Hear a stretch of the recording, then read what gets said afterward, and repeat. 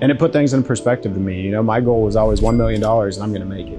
Once I make $1 million a year, you know, I'm good. And then I started talking to people that are making 290, 300, 350 million dollars a year. And I'm like, okay, you know, I'm living in a box that's this big when there's a whole world of possibility out there. And the biggest principle of all of that is breaking down your day and realizing that each segment of your day is worth X amount of dollars. But there's so much opportunity, I believe, more in some cases, for depending on what you want to do. You know what I mean? Why am I answering the phones if I'm worth $500 an hour? I have a CSR that can answer the phone for $20 an hour, and she's much better at it than I am.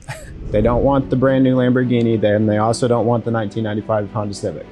You know what I mean? They want the 2024 Toyota Corolla or whatever it is. Whatever it is. You know what I mean? They want something that's going to get them by and not kill them. So what I started to realize is most of these customers ask me when I bring options to them, what would you do? Yeah, what you should do, what you can do.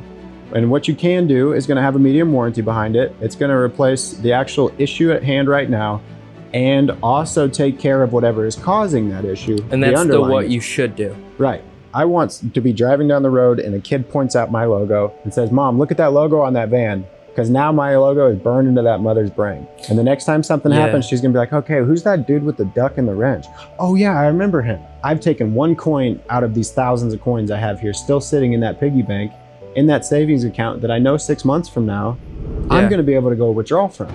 You would think that the money follows like people who are smart and intelligent. No, it doesn't. It follows people who are willing to take unnecessary risk. Welcome everyone to the Pipe Stream podcast. We have a very special guest today. We have Trent with the Gentleman Plumbing, Heating, and Cooling now. Good time, long time friend and client now. And today we're gonna get to hear all about his story from where are we at these days? Pushing the 5 million mark pretty regularly.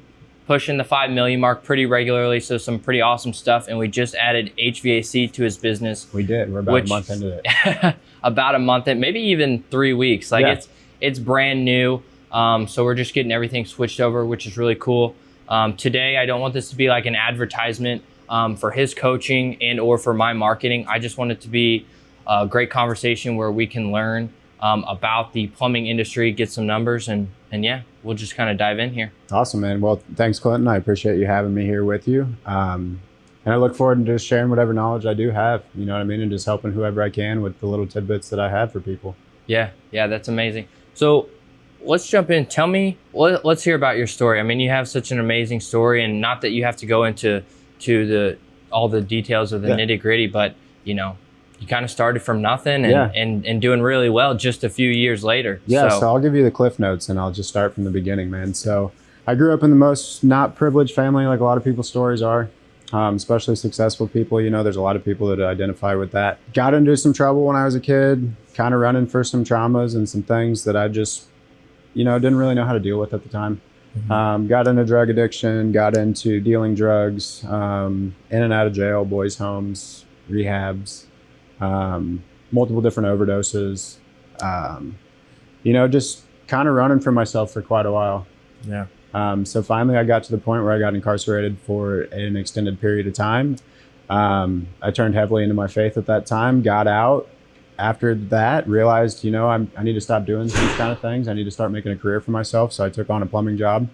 And it was the most grunt work you could imagine. You know, I was carrying gravel in buckets and digging trenches, and there was nothing fun about it whatsoever. The pay was not great.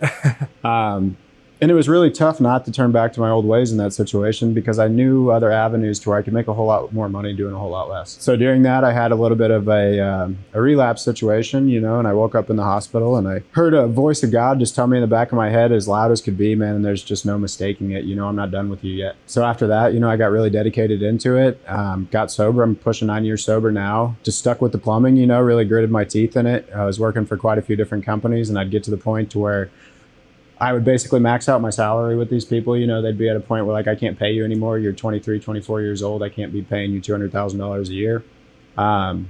So I just realized, you know, the only way that I'm going to make the money that I want to make and what I think I'm worth is just doing this on my own. You know, and I had a young son at the time. My first one would have been 1.5 years old when I decided to go out on my own.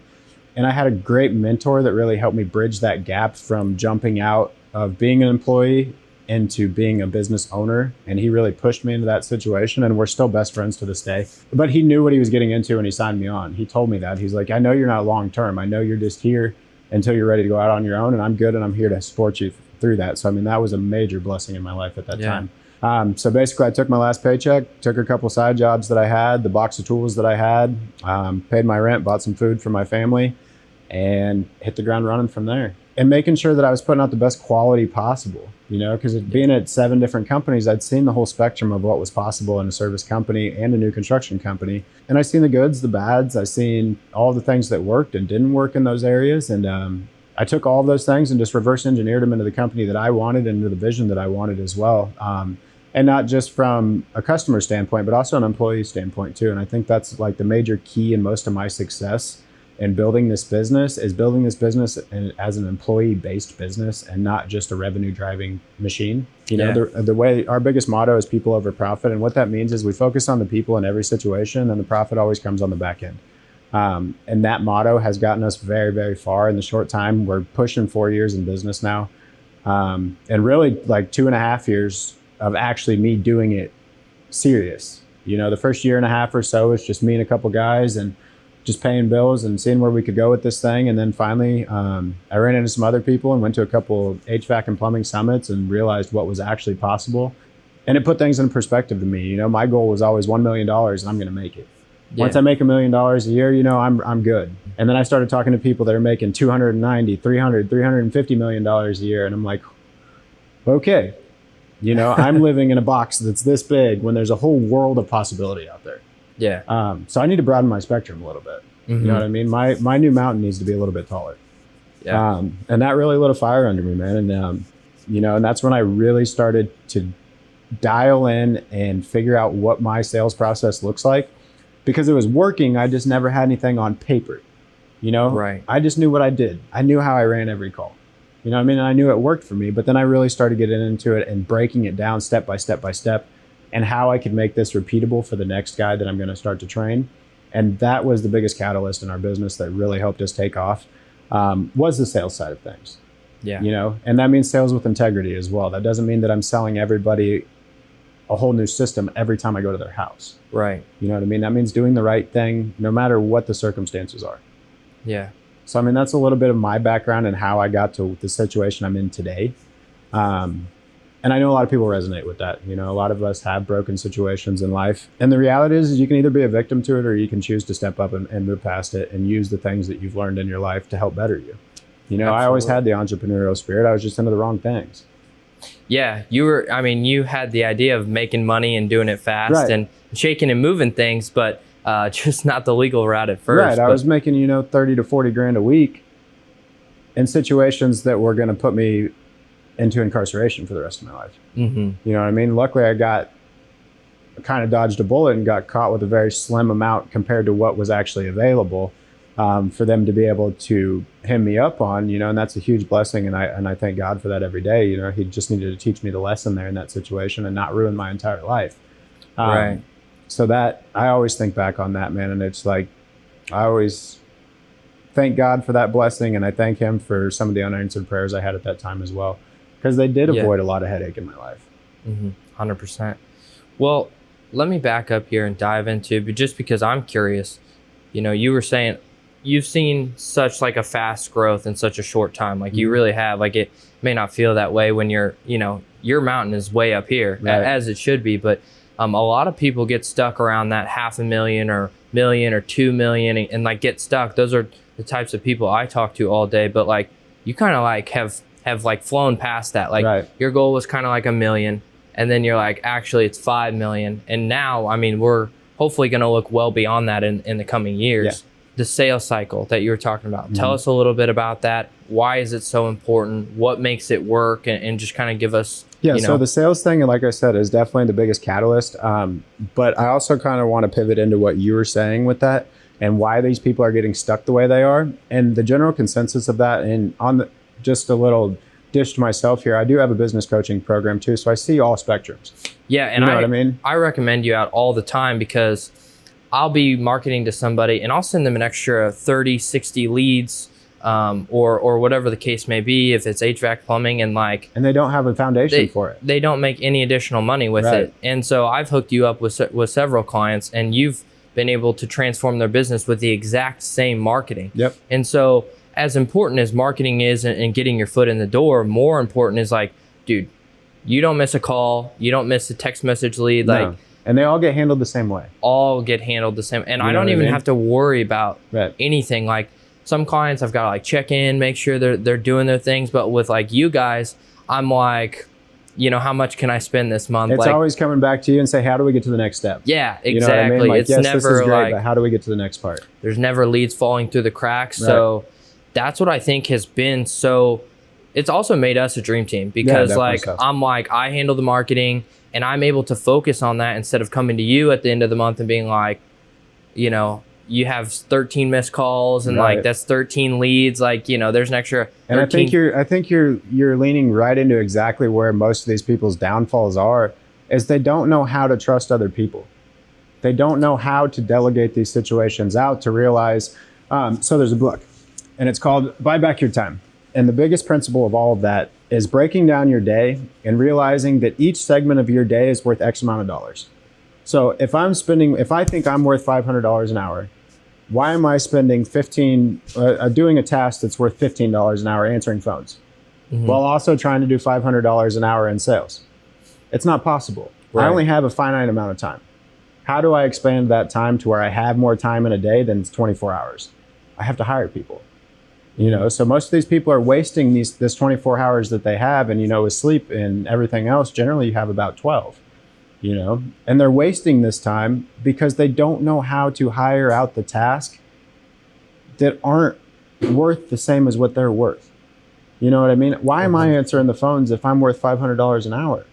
100%. I have a CSR that can answer the phone for $20 an hour, and she's much better at it than I am. You know what I mean? And they want to talk to her. Exactly. Yeah. She's much more friendly, and she doesn't get frustrated with them because they're trying to do, like, most people's situation is they're answering the phone call while they're in a ditch digging out a pipe. Right. You know what I mean? And then, their phone's in the truck, and they missed 13 calls while they've been on this job for the last 4 hours. You know, 100%. And I think that's where most people, and it's not even a point of complacency, it's just a point of ignorance almost. You know what I mean? And naivety, because, I mean, from what I've noticed in blue collar people is most of them, like, if I want to get it done the right way, I just got to do it myself. And that's not the reality of it. Right. You know what I mean? As the business owner, you need to be the one that paints the vision and then hires the people to get you to that vision. You know what I mean? Your job is the leader of the team. 100%. You shouldn't be doing everything inside the business. You should be leading the teams so that they can build people underneath them, and you're building up new managers and new people into higher positions as you go. That's my job as the owner. If I wanted to be a technician, I would be a one-man shop. Right. You know what I mean? In a one-man shop, yeah, you can push $500,000 a year, but you're not going to get past that. You're just not. And you're also going to be burnt out. You're going to be doing everything on your own. You're going to be sacrificing time with your family. There's not going to be a business to sell at the end of it. It's not a business. No. You just have a job. And the other thing that I think you're talking about with, like, and you didn't mention this, but I've heard you mention it to, like, other people. Like, you know, we've been on calls with people and stuff, and like other business owners, they'll hire somebody and like they give them no trajectory. Structure. No structure. And so like they hire somebody, they spend more money and they have more work because they have to manage this person. Exactly. 5 hours of their 10-hour day. Instead of saying, here's your SOP, here's your job duty, here's how we answer the phone, here's how we turn the computer on, here's how you start the day. And instead of having just a detailed breakdown of all of it, you know what I mean? So the best thing that we do is we take videos and we explain what we're doing in the video. And now you have a whole video package as you get hired on, to where if you ever have a question, you can go back and watch the video instead of calling me or calling your manager, calling whoever in front of you.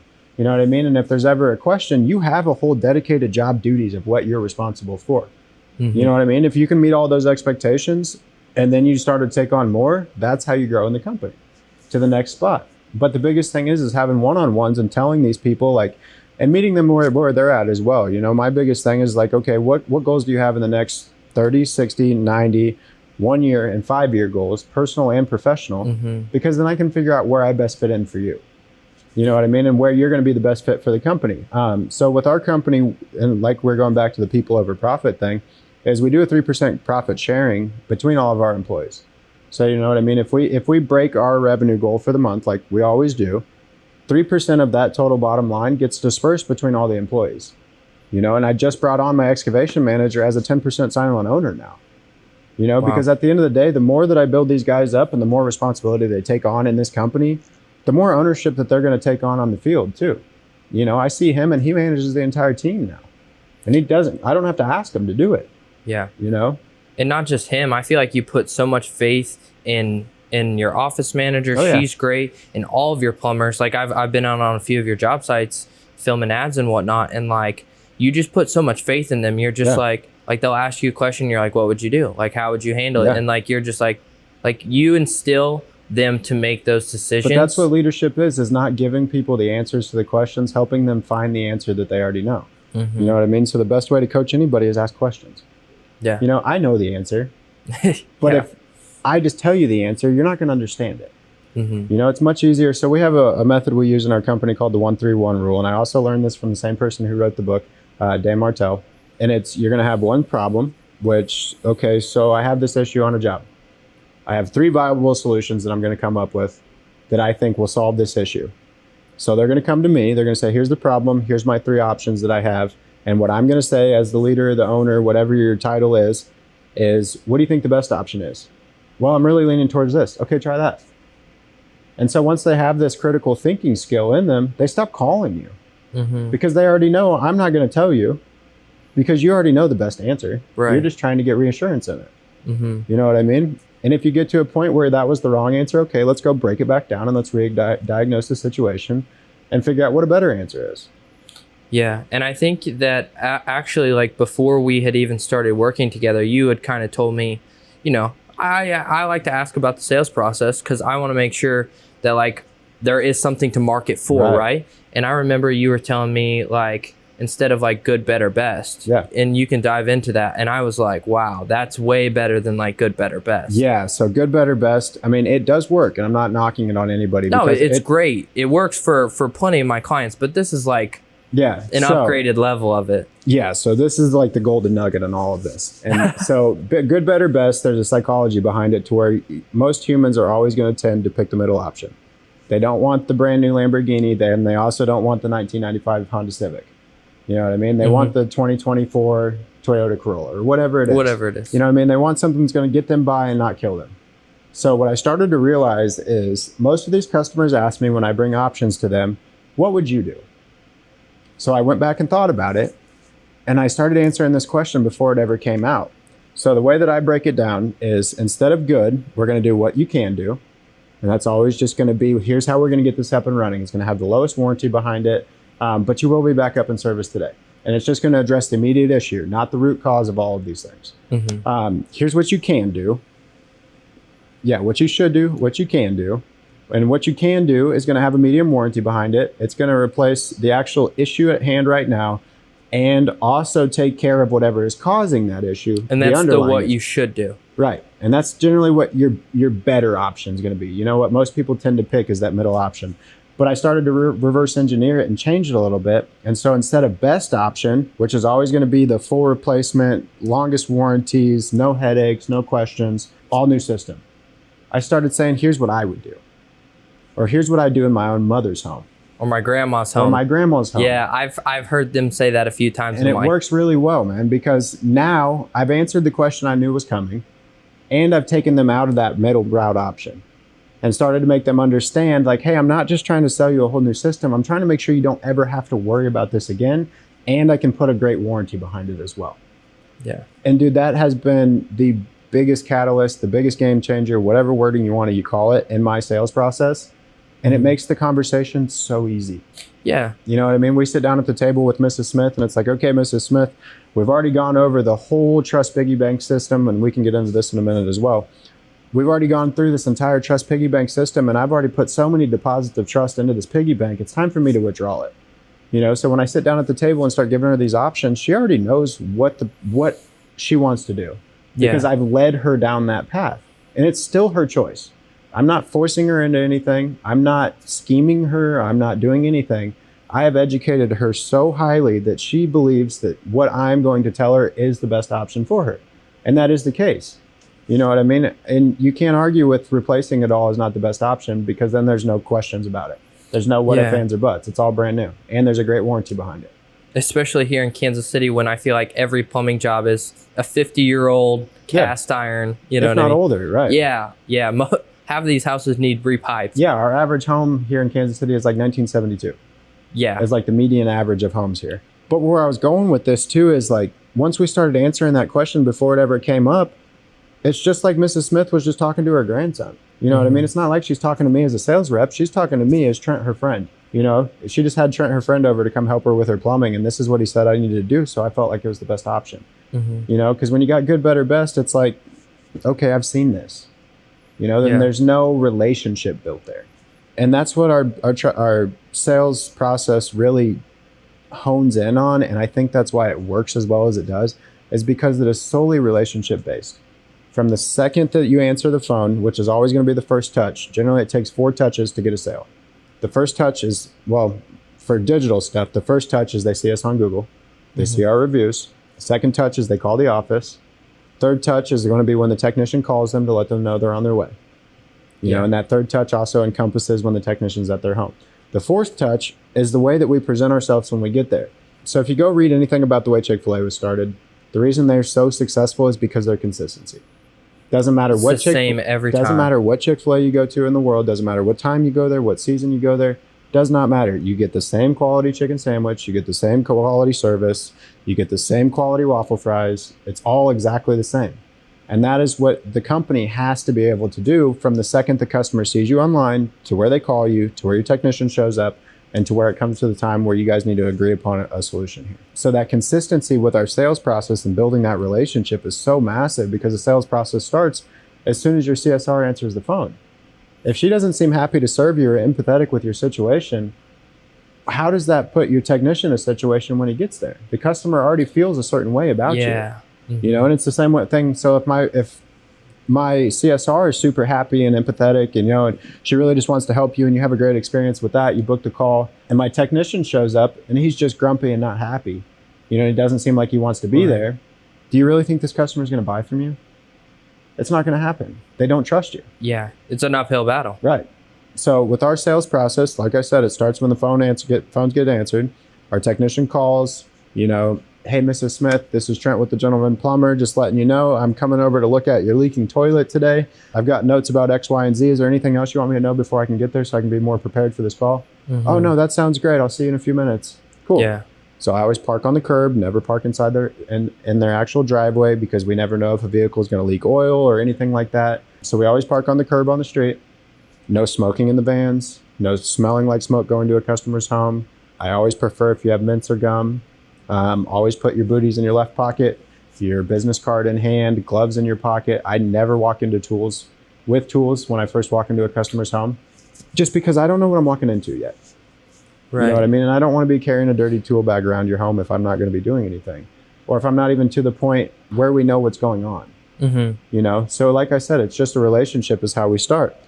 And so once we get there, we're never walking in grass. We're never walking in anything but pavement up to their front door. Yeah. We don't ring the doorbell. I always knock on the door frame 3 times, and then I take a step back, and I always stand on the top stair to give the customer their space.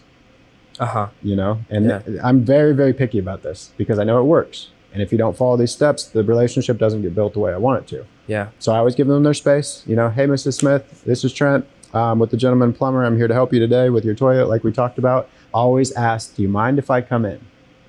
I don't ever just walk in the home. I always ask to be let in their home.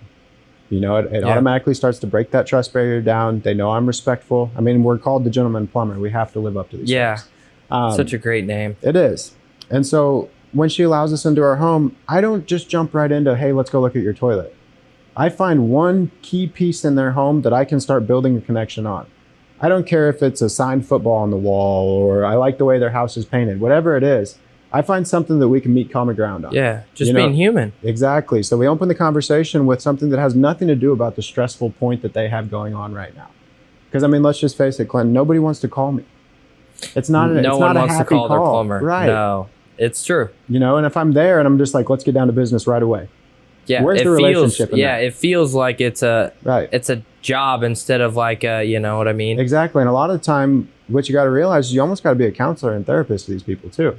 100%. Because you have no idea what other circumstances in life they're dealing with. You also never know what that customer's going to say. Exactly. Yeah. So if I can get in there and I can find common ground with them, we can start to meet in the middle. All humans want to feel seen, heard, and liked. So if we can find common ground and I let these people talk about themselves for 20 minutes before we ever get into their plumbing, it's so much easier of a conversation because the stressful side of it's gone for them. Because in the back of their head, like, I have no idea how much this is going to cost. I don't know if it's going to work today. I don't know if you're the right guy to fix it. Can we trust you? Like all those things. Yeah. So that's why we call it the trust piggy bank, because all these little steps that I'm doing before I ever even address the issue is me putting coins into this trust piggy bank. I'm building up this trust bank with these people because eventually I'm going to withdraw from this thing. You know what I mean? And it may be today. It may be next time I come. I may just would be able to withdraw half of it today, but I know the next time they have an emergency, they're going to call me back for the other half. You know what I mean? When they have a major issue again, because they trust me.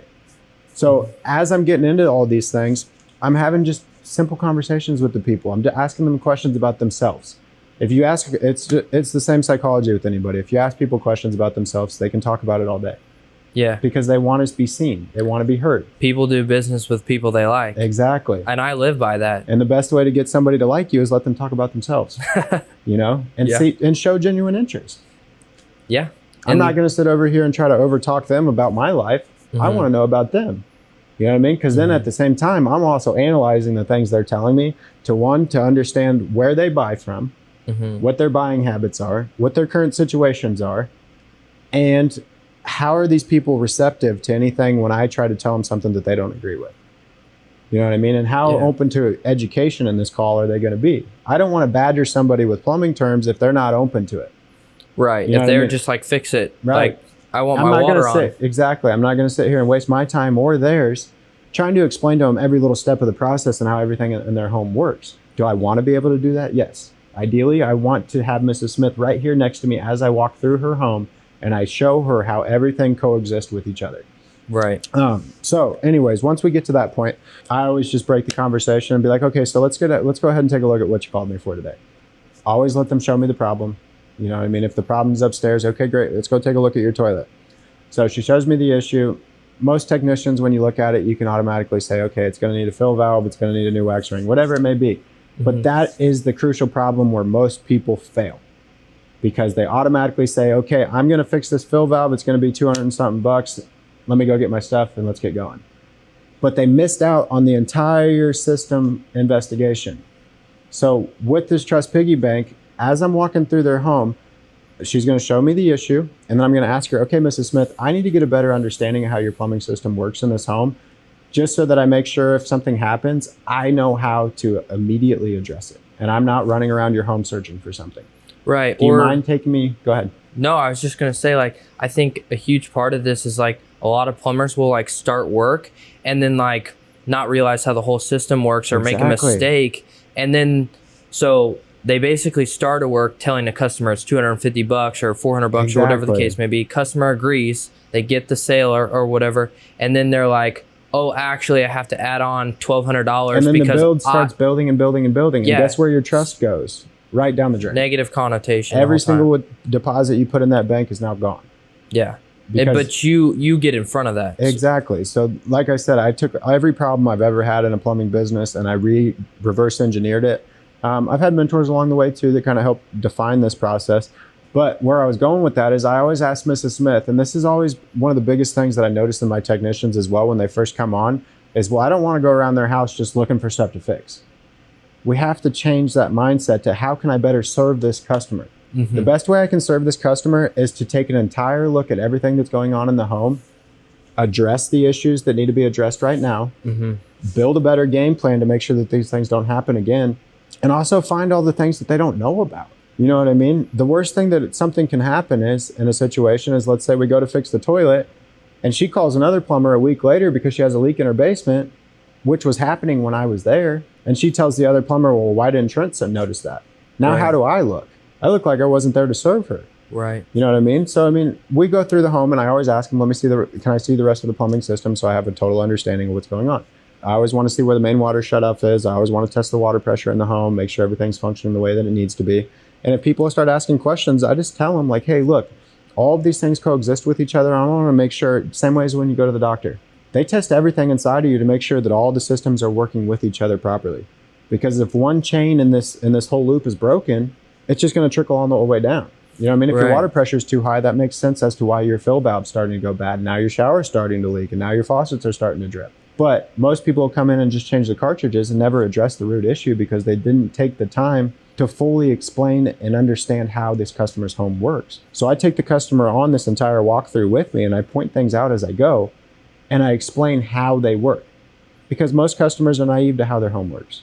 They don't understand what a pressure regulator is. They don't understand where the main water shutoff is. They don't understand how their gas piping works. They don't understand that. A lot of them don't even understand the difference between drainage and freshwater piping. Yeah, they have no clue. Most people have no idea. So if I can take the time, another half hour, 45 minutes out of my day to fully explain how their home works, they are so grateful for that. 100%. Because now next time something happens, oh yeah, I remember Trent told me about this. This is why this is happening. Okay, I need to call him. But it also does me a favor because when I have this different options built up, there's no questions. They fully understand why these all need to happen because I explained to how these systems work together. If I were to go to tell you, hey, Clinton, your toilet is starting to run because your fill valve has gone bad because your water pressure is too high, you're gonna be like, okay, fix the fill valve. I'm gonna do that, and you're gonna call me a month later and it's gonna do it again because we never addressed the high water issue, the high pressure issue. So if I can build this estimate to where you need a new PRV, your main water shutoff's not working, the guts inside your toilet are going bad, and the rest of your fill valves in the house are all the same age, so they're probably at the same point, why don't we just go ahead and take care of all these things today? That's a much better conversation. Yeah. Instead of calling me out with another trip fee, another headache, more appointments scheduled, more time off of your job, or whatever it may be, I'm just going to put it all on the table. And the way that I explain these things to customers too is I've got 3 different buckets. I've got a red bucket, which means that we got to fix this right now. I've got a yellow bucket, which is like, hey, this is a pressing issue starting to build up. If we don't take care of this soon, it's going to cause X, Y, and Z to fail as well. And then I have a green one too, that it's like, okay, this is just a very minor issue. Doesn't need to be addressed today. Just want to put it in your forefront of your brain so that you need a budget for it. So when the time does come, you know about it. So there's no questions, ifs, ands, or buts. So once I've got all of these things down, and I always am reconfirming with the customer as I'm going through it too. So for example, we're doing a sewer scope. If I'm scoping the sewer, I always want Mrs. Smith right next to me. As I'm going through this line, I can tell Mrs. Smith, hey, you see this crack in this pipe and you see how this is starting to settle the way that it is? The way that the ground works, and when these things settle, your pipes start to shift and this happens and it closes the opening for these things to go through. Can you see that? Oh yeah, I do see that. You would agree that this is probably something we should take care of, right?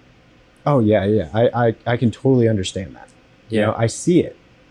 When you spend so much time with customers too, I feel like this has been a huge component of your success, which like maybe you didn't like, but like I can see from like an outside perspective, but like you don't have to spend like when people hear that you're doing like close to 5 million, they would expect you to like be spending 10% of that on marketing, but we don't spend anywhere near that. Not even close. Because you spend so much time with the customers, right?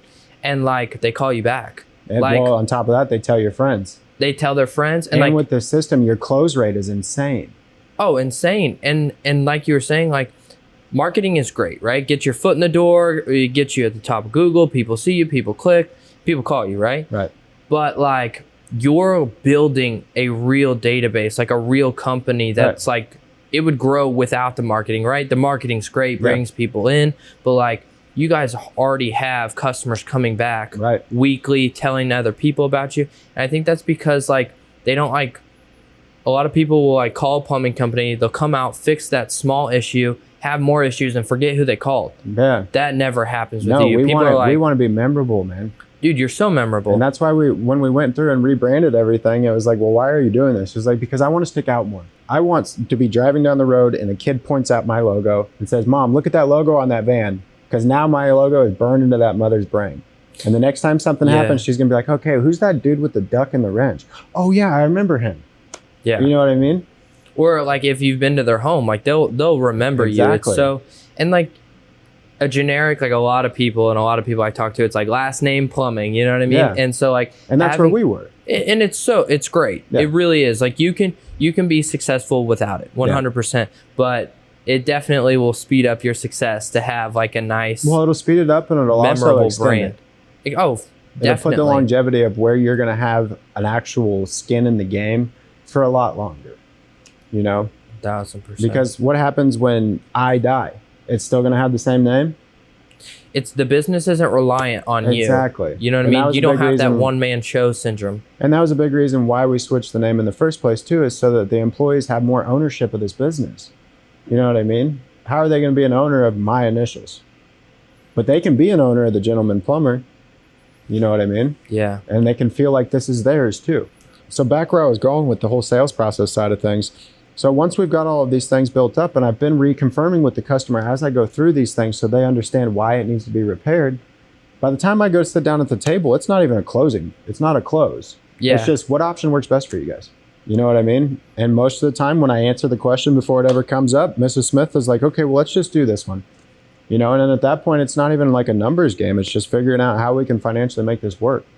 It's not it makes pushing that number that you feel like is a big number to them so much less stressful. And most of the time it isn't. It just feels that way because it's a big number to you. It's to because the of where plumbers out you there. buy from. Right. You know, and that's what I've got. That's like the biggest core training problem that I run into with bringing guys in is they want to sell from the same positions they buy from.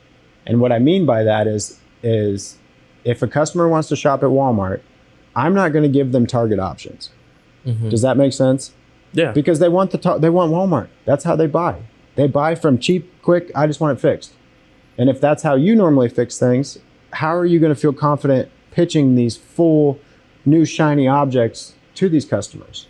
Yeah. You're not. Because you're going to be like, well, I wouldn't do that. But guess what? You're not the one doing it. You're not the one making the decision. You're not the one spending the money. And most people Yeah. don't want the headache. Right. They don't want to deal with it. They want to know that they can trust you, that it's done. And it's going to have a good warranty behind it. And that's, you know, and we're not the cheapest company in town. I'm not going to tell you that our markup's 300% or anything crazy, or I'm the most expensive company in town and I'm still busy. I'm not. I'm fair, I'm honest, and I know where my margins need to be.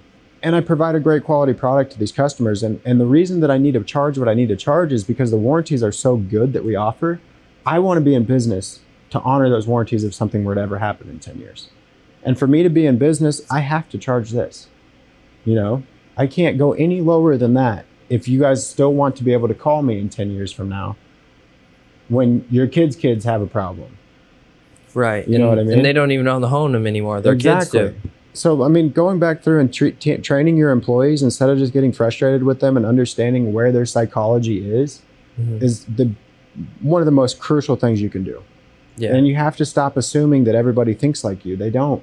So with our employees, we make them all do personality tests. Is it weird at first? Yeah. But now I understand how you think.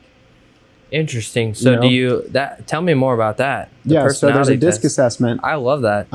There's a DISC assessment is what it's called. And so basically it's like 30 questions and they're just situationals. You know what I mean? Like, what would you do in this situation? Or what would you do in this situation? How does this make you feel? And they basically give you a category rating based on your personality type. So I'm a very high achieving person. I understand the way that I think. I am very risk-taking. I want more. I'm more than happy to jump off a cliff and hope I make it. You know what I mean? And a lot of people, they don't want that. Mm-hmm. They want to stay away to the bottom and they want to know exactly how they're going to get there. Like stability? Yeah, stability. Okay. You know what I mean? They want a steady paycheck every single week. They don't want to ride the roller coaster. They don't want to take the fear. They don't want to take the risk in the situations. All they want is to know, hey, if I show up and do X, Y, and Z, this is the result that's going to happen every time. And I can't manage that person the same way I manage myself. Yeah. Because if so, I'm just going to get frustrated. Right. And they're going to get frustrated with me because I don't understand them. It's like just like a misunderstanding, like a difference It's a total miscommunication. But once I understand your personality, I now know how to best lead you based off of the way that you think. Best lead them. I like that. Exactly. So you're just learning and like teaching yourself how to lead. But that's also what I do with customers when I'm asking these questions and making these first initial conversations with them. I'm analyzing how these people think based off the conversations of me just getting to know these people, you know, and it's not hard.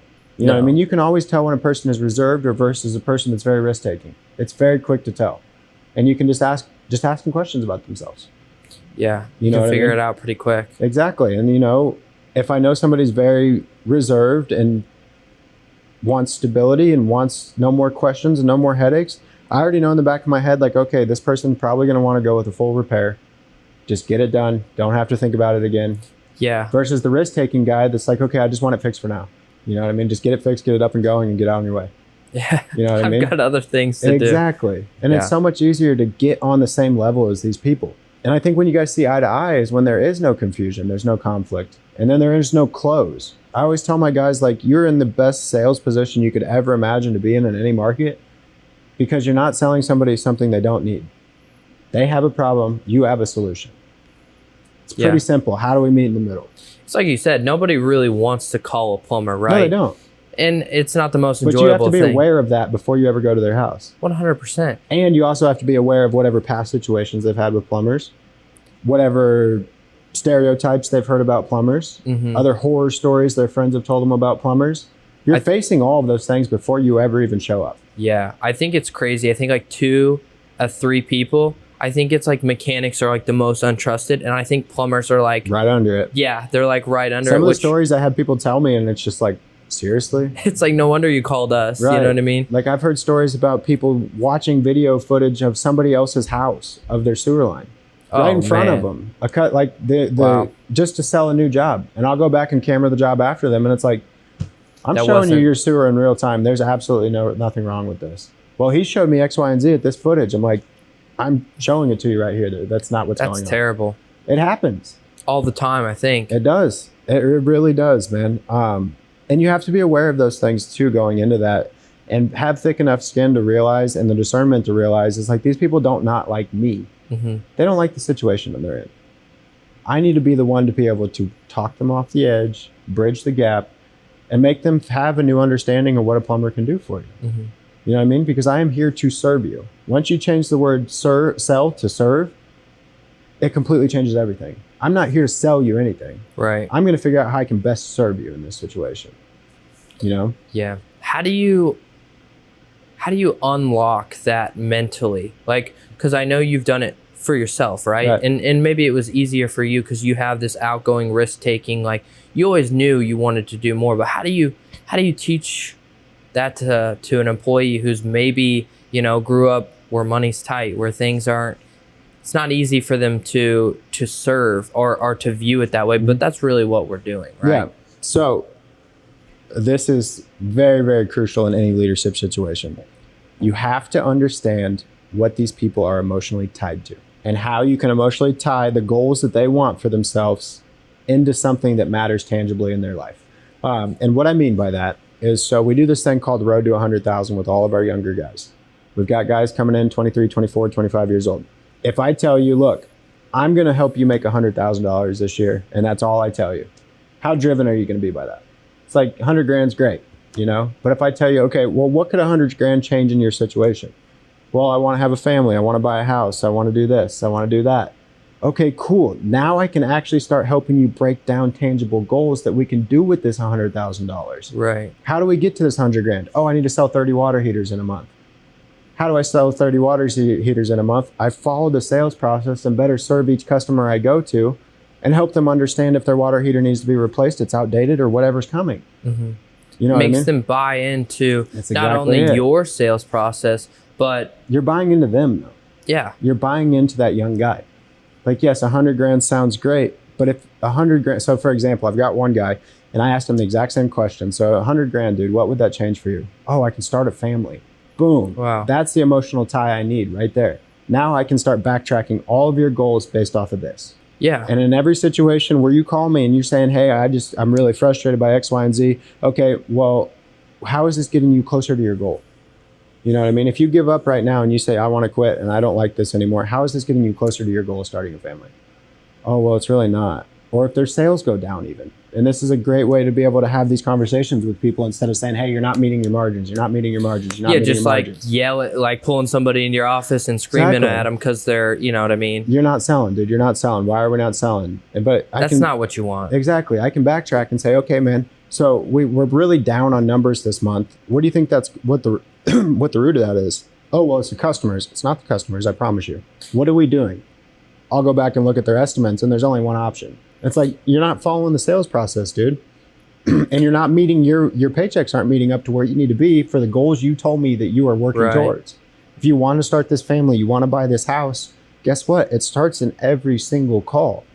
Yeah. And I feel like a lot of times you'll catch people like either doing the one option or cutting corners. You're like, how many times on this customer, like you did this call yesterday, like how many coins did you put in that trust or piggy bank? Or you were there for 15 minutes. Yeah, it's like, how'd you do this call in 15 minutes? And then you tried to pitch them in 15 minutes and it didn't work out. Because guess what? You didn't put any coins in this piggy bank, man. Right. And I always tell them, like, some of these situations you may spend an hour on and you may feel like this piggy bank's about to explode and you're ready to go. And it doesn't happen that time. But guess what? That savings account is always there. And the next time that we come out, if they're in a better position, or let's say they're just like, okay, I'm just really not ready to replace the sewer yet. Is there anything I can do to keep me up and going for the next 6 months so I can budget better? Yeah, no problem. We've got, your lower end option where we can get this thing jetted out and make it work. It's not going to last, obviously, but it will get you by until you have the funds to be able to do this. I've taken one coin out of these thousands of coins I have here, still sitting in that piggy bank, in that savings account that I know 6 months from now, I'm going to be able to go withdraw from. And I know it's going to be there because I didn't force them into a situation that they were not ready for yet. And I think, like, you give that almost like by giving them the smaller option. First of all, you make money on today's call, which is important.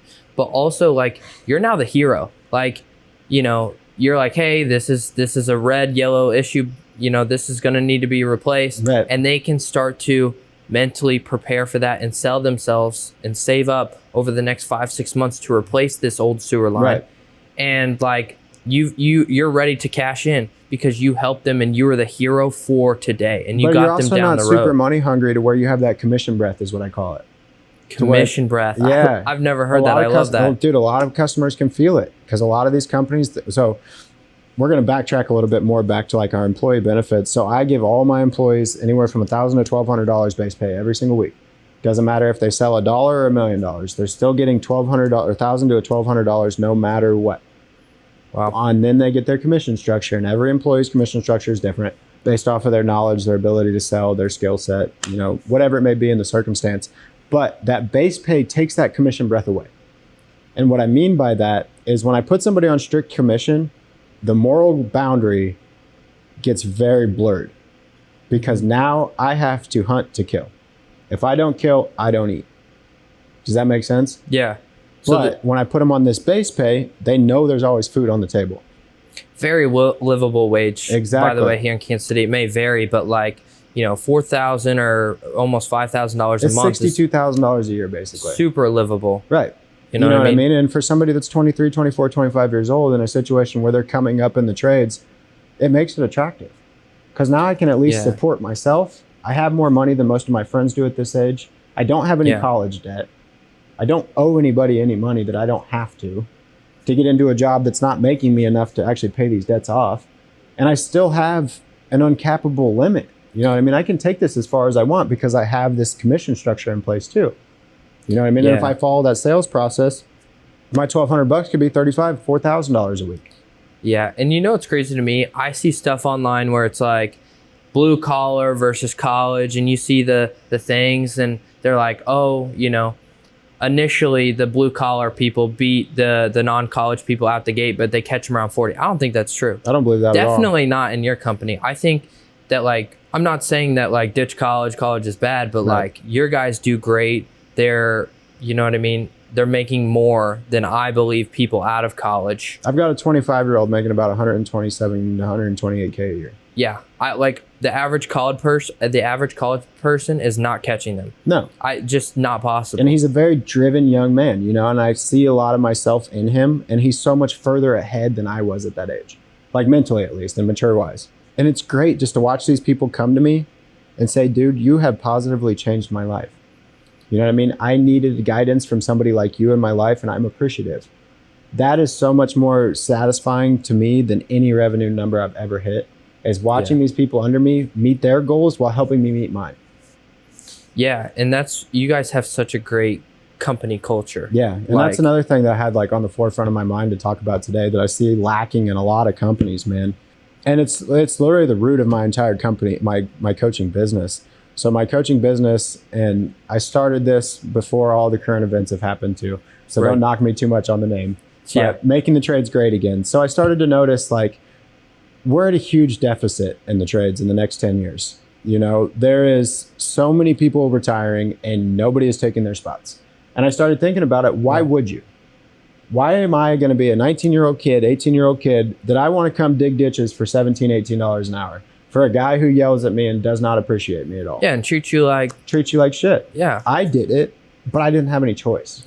You know what I mean? I had a record behind me and I'm like, hey, I just need to do something. And I think that's the problem is like people need to switch from like, and that's why I'm so, obviously my old man's a plumber, but like it's so exciting to me because I see the potential, but I think it's just like society doesn't see it that way, and it should be seen that way. No, they don't. Because it's such a huge opportunity, and like just because you have an extra 4-year degree, which by the way, not knocking it at all. No, not knocking it at all, but it's literally, and I have a college degree, but like, you know, I mean, you go out there and party and do your thing, and you know, you go to classes 4 hours a day for 3 days a week. It's a fun time in your life. Don't get me wrong. It's a great time. And you know what?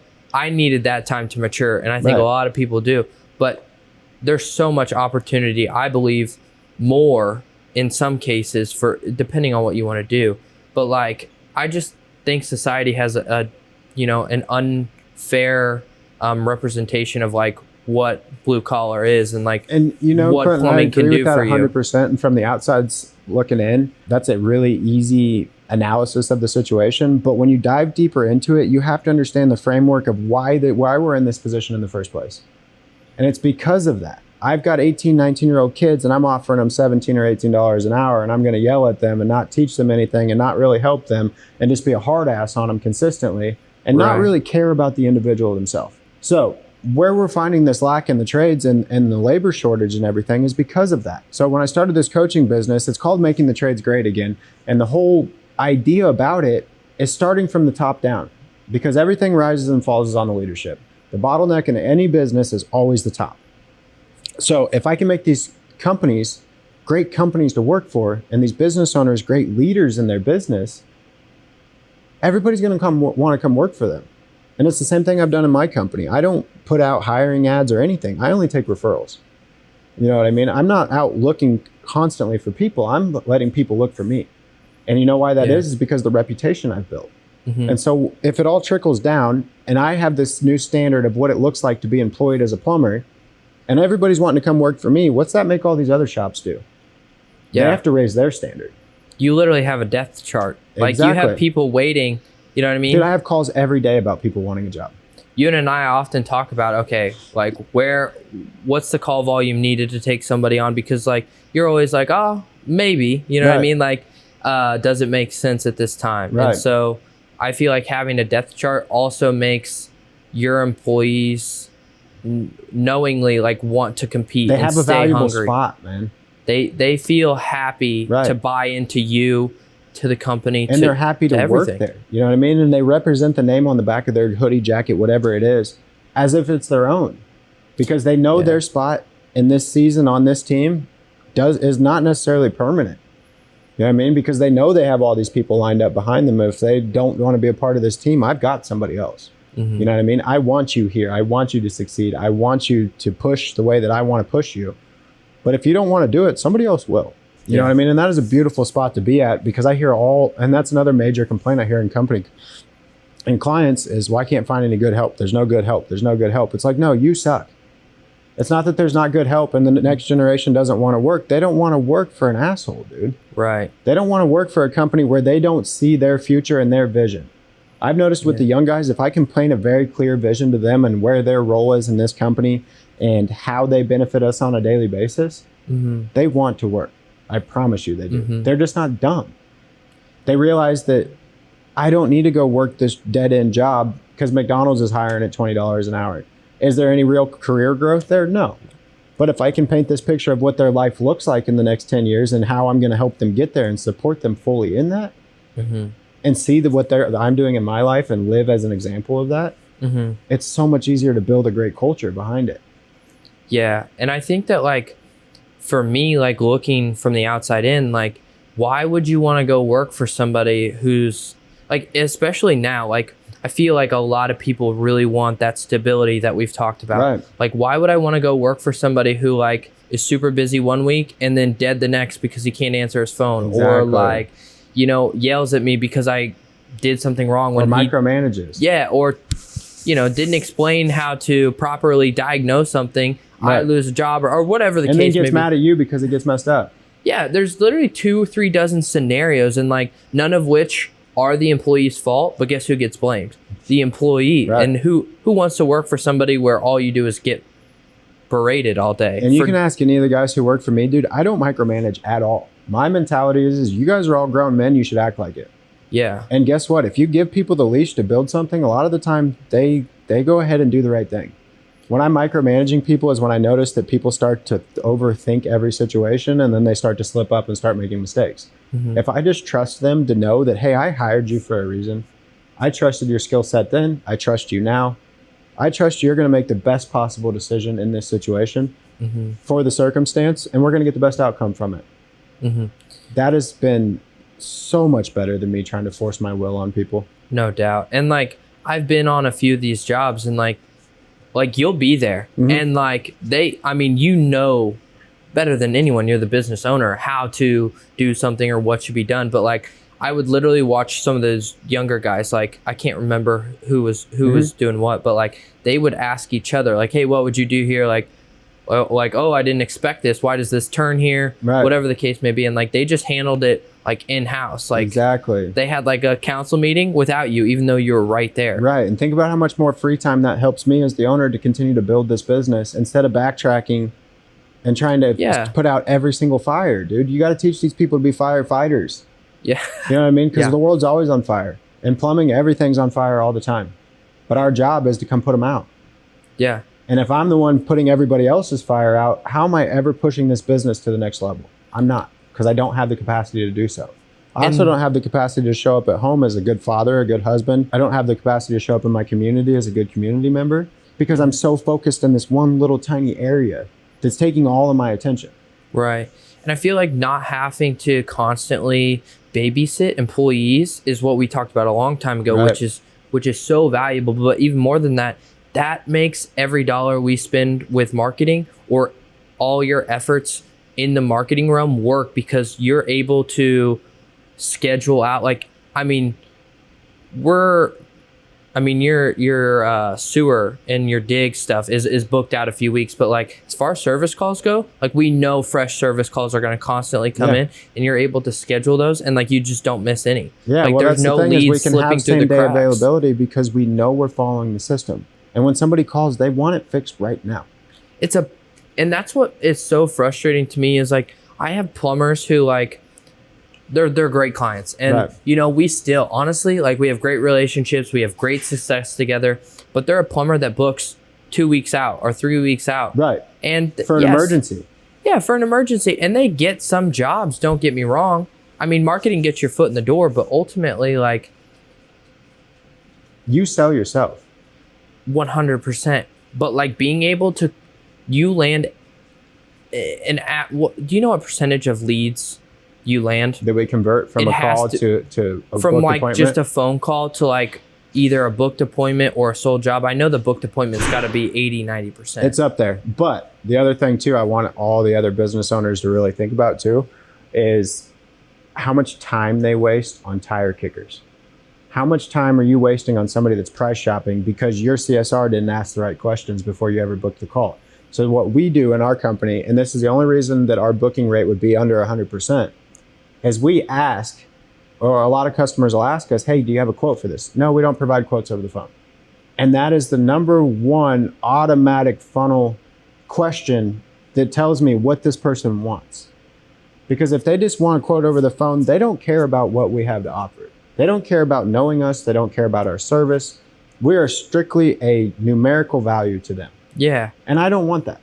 I'm not here to compete with all the other companies. I'm here to stand out in the niche that I am good at. Right. You know what I mean? I don't want to be the guy who's just quoting shit over the phone when I actually, one, it's not fair to you because I don't know your circumstance of your home. Yeah. And if I come in and tell you, hey, it's going to be 450 to 550, you know, like somewhere in that area, and I come in and it's like, wow, this is a $10,000 job. Yeah. What do I look like? Yeah, you look like a crazy upseller. You and know it's what I mean? also not fair to me either, because if I tell you that and I'm a man of my word, I'm going to tell you I'm going to charge you what I originally quoted you. Right. You know, whether I got to eat some money or whatever it is, I'm still going to stick by my original quote. And that's not fair to me.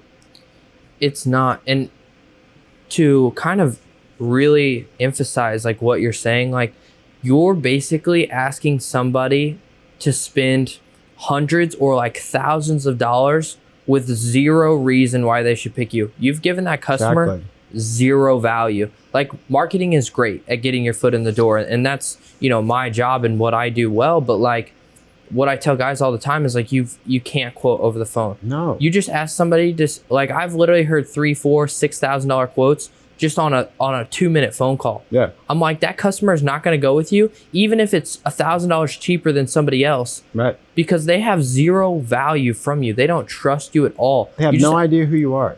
You just asked them to spend $3,000 over the phone. It's something you haven't looked at. Right. That's crazy to me. And most plumbing prices to people in general seem high because you don't understand what all goes into it, because I have not been to your home to educate you step by step by step how this works. Yeah. So if I'm giving you a $3,000 quote over the phone for a new water heater or whatever, well, the water heater's $700 at Home Depot. Why is it that much? Because you don't realize there's code upgrades, there's X, Y, and Z going on as well. And I don't know that because I've never been to your home. Yeah. So it's not fair to either of us in this situation. And that's why we offer free estimates. That's one thing that helps us stand out too, is we offer free estimates on everything. The free estimates is like a dream come true, because I would say over 25% of my clients do the free estimates. 75% do the diagnostic fee. Right. Anywhere from like 49 to like 99, depending on the market. The trip fee. The trip fee, the diagnostic fee, whatever you want to call it. And like that right there takes booking rates from 90 to 60%, which people are like, well, you're getting rid of the tire kickers. Yes. But I mean, what do you think about that? Do you think they're getting rid of tire kickers, or because I don't think they are. Personally watching, because I've been to customers' homes where they got 3 quotes and paid for all 3 of them. Yeah. And still never ended up doing the job. You know what I mean? Like, I don't think it does, but that's also why having that funnel questions in your CSR script that she follows on every single, or he, on every single call is so important. Because now I have the ability to offer a free estimate because I know you're serious. You know what I mean? When I tell you, hey, we don't offer quotes over the phone. Oh, well, I was just looking for a quote. Okay, that's fine. I'm sorry, we don't do that. Oh, well, I'll call somebody else. Okay, Great. no problem. Yeah. But on the flip side, if they're like, oh, okay, because I've trained my CSRs to let them know, like, hey, the reason we don't offer quotes over the phone is because it's not fair. Right. It's not fair to you. It's not fair to me. And we want to be completely transparent through this entire interaction. It works every time. And it does. And most people are appreciative of it.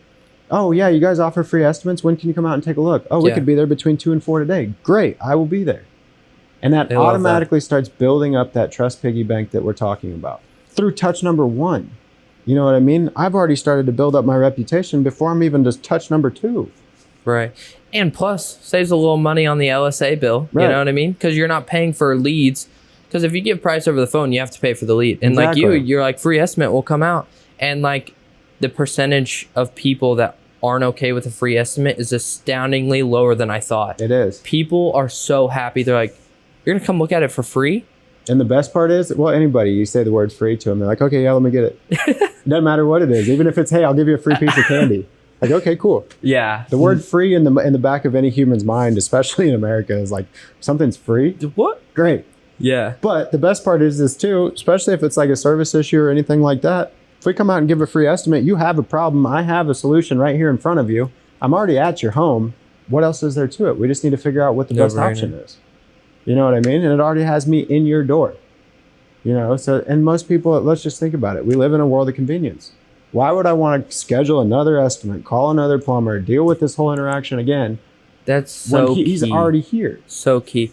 Because, and that's why, once again, like it's because like when somebody calls you, they stop calling plumbers. Right. Like I've several times been like, well, you're the third company I called, and that's the last company they call. Yep. Because they don't need to know anything else. They price shop, boom, you're the one that gets in the home. Yep. You're the one, when you're there in front of that customer, let's say your price is $20 more, say it's $20 less. It doesn't matter. They're like, yeah, you're here right now. I want you to do the work, and I think that's like the biggest limiting mindset, though, that a lot of people need to understand is it's not about the money. You have to understand these customers don't care about the money. If they're not buying from you, it's because they don't trust you. They don't think that your solution is the best for their circumstance. And if you follow, like we were talking about before, if you follow the process I have in place, the end of it, the numbers, they don't matter. They don't. I can sell a high ticket item to somebody that doesn't have the money to do it, but they're willing to figure out the financing situation because they know that I have the best thing for them. They're almost excited to pay you $100 more than the quote over the phone. Or even $3,000-$4,000 more. Yeah. I've been to jobs where I was substantially higher, but due to my warranties, due to the ability that I have, the crew that I have, and the quality of product I produce, we get the job. Yeah. They are happy. And that's the biggest thing is like price really isn't like... It doesn't matter. Doesn't. And if you're getting hung up on price, it's because you're not following the process properly.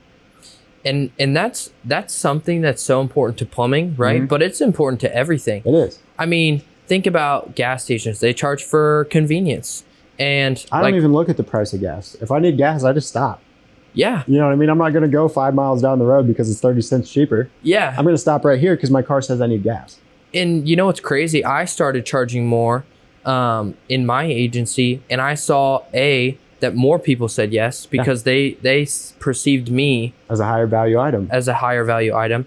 They gave me more attention. So when I needed something before, it was like, takes a week to get it. Oh, I forgot. I can't have my manager do that right now. Now I get way more attention. I'm paying Clinton X amount of money every month. I better make sure I'm on my I better P's make sure and Q's he has what he needs to get the job done. and make it worth what I'm paying. It makes my job better. They get better results.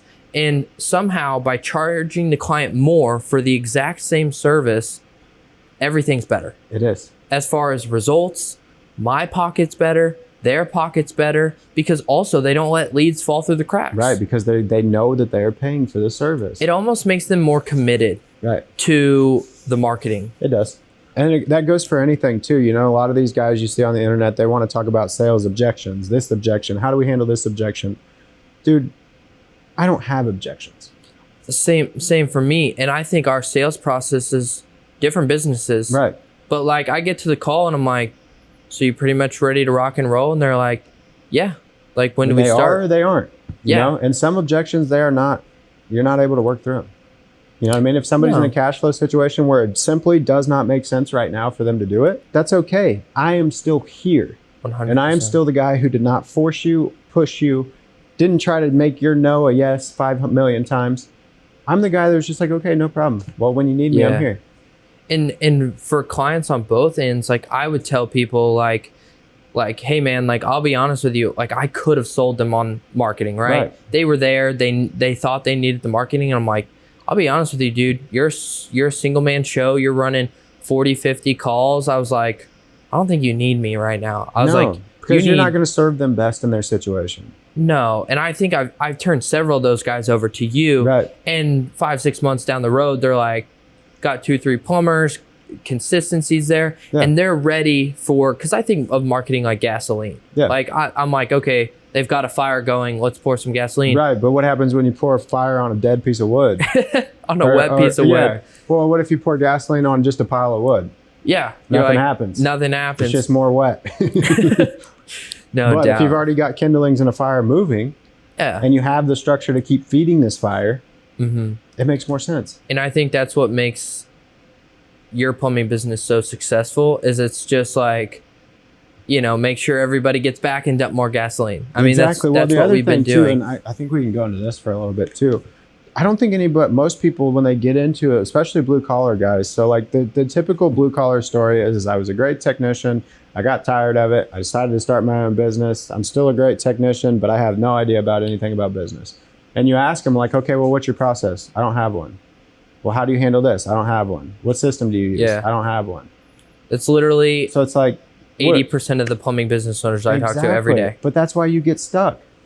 It's because you don't have something that is scalable. To be scalable, you need to have a blueprint of, it's just like a building. How am I going to build a building without any kind of blueprint? I'm not. Right. You're going to go in there and then your walls aren't going to line up, and this wall is not going to line up when you get to the next story and X, Y, and Z, and your building's going to collapse because you don't have a blueprint to follow. How am I going to train guys if I don't even know what my system is? I'm just going to tell them, hey, go do it your way. Yeah. And then I'm going to get mad when they're not doing it my way. So true. And I think that so many people get stuck in that wheel and never get out of it. And dude, building my SOPs took for an entire business 3 days. And that's why you've been successful so fast. Because I'll tell people, I'm like, I've got this great guy.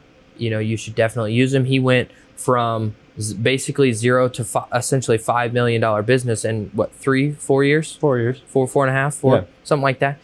And they're like, oh my gosh, I've been stuck at a one-man show for the last 15 years. for the last decade. Right. And I'm like, oh my gosh, and they're getting towards the end of their career, normally 40, 50s, maybe 30. Mm-hmm. And I'm like, dude, if you don't make a change, you're going to be working forever.